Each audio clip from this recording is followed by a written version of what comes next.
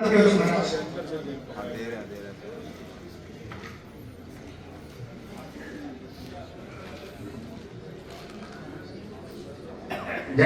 श्री राम, जय श्री राम।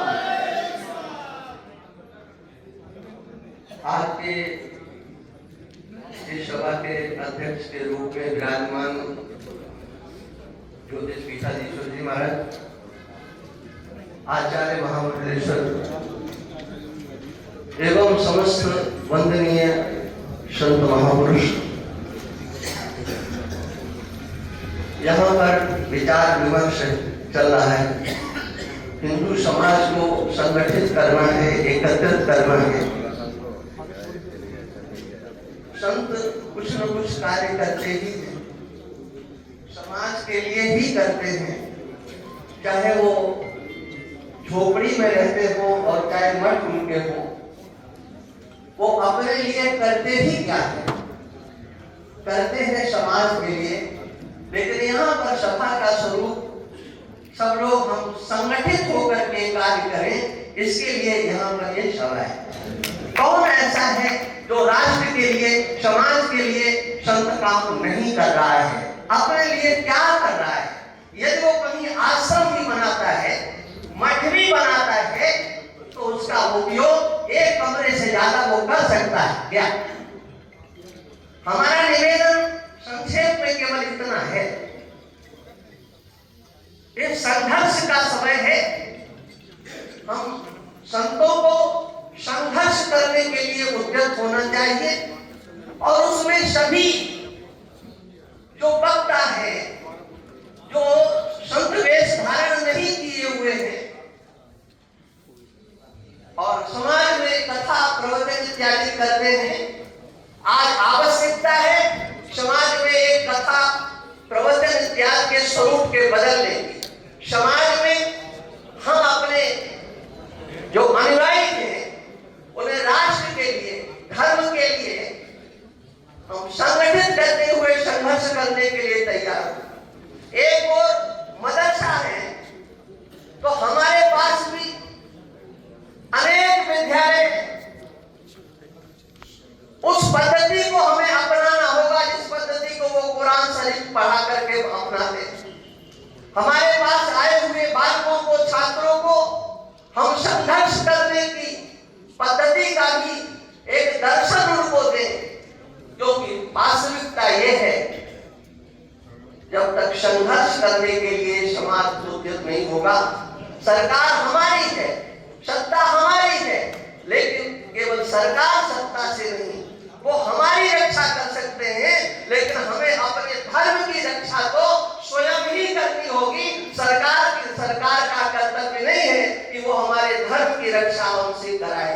इसलिए आवश्यकता है, एक खरी बात है, मैं तो निवेदन ये करना चाहता हूं,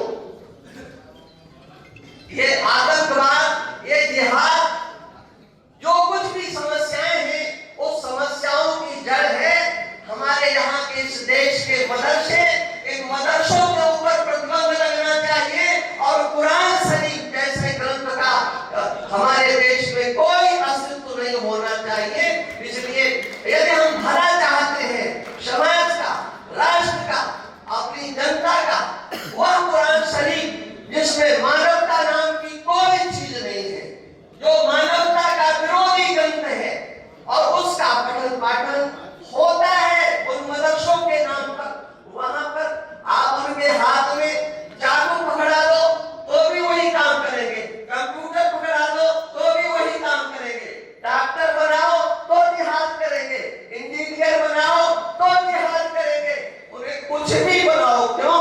उनके गले के नीचे कुरान शरीफ उतरा हुआ है, और वो कुरान शरीफ जो उतरा हुआ है वह हमारे देश में कभी भी शांति से हम लोगों को रहने नहीं देगा, भजन करने नहीं देगा, चिंतन करने नहीं देगा।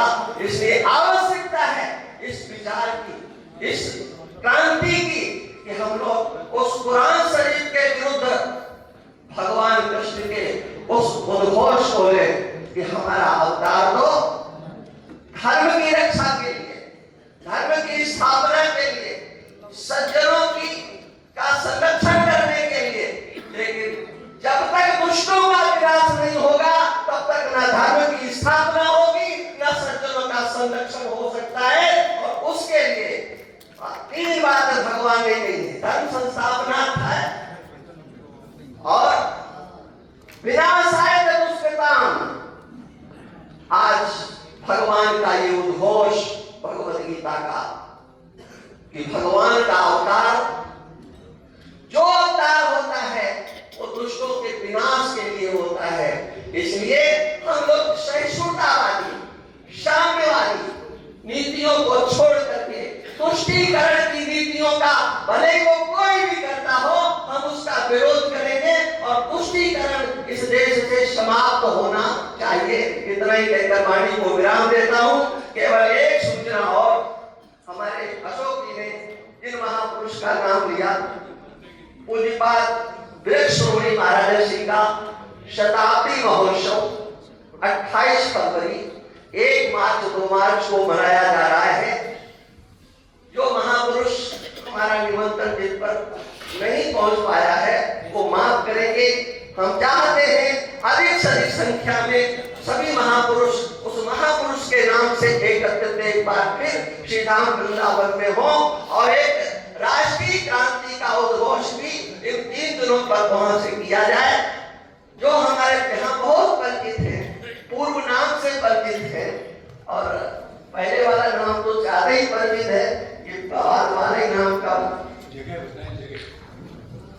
श्री धाम वृंदावन में श्री स्वामी वामदेव ज्योतिर्मठ नाम से एक स्थल है जहां पर 2002 में अनेक महापुरुषों के द्वारा उनके अनुदान से, उनके अनुग्रह से वहां अखंड ज्योति की स्थापना महाराज श्री के नाम से की गई थी। उस अखंड ज्योति स्थल पर वहां पर एक कार्यक्रम संपन्न होगा। हमारे गीता मनीषी जी महाराज बैठे हुए हैं, ये उसका संचालन करेंगे और पूज्यपाद शंकराचार्य जी, हमारे आचार्य महामंडलेश्वर और जितने भी हमारे महापुरुष यहाँ पर हैं, वेदांती जी महाराज बहुत पुराने, बाल काले थे, सफेद हो गए, है ना। जब संघर्ष किया था उस समय कालिमा थी बालों पर, लेकिन अब सफेद हो गए और सफेदी का भी रंग एकदम दिखना चाहिए। इतना ही कह करके मैं अपनी वाणी को विराम देता हूँ। जय श्री राम।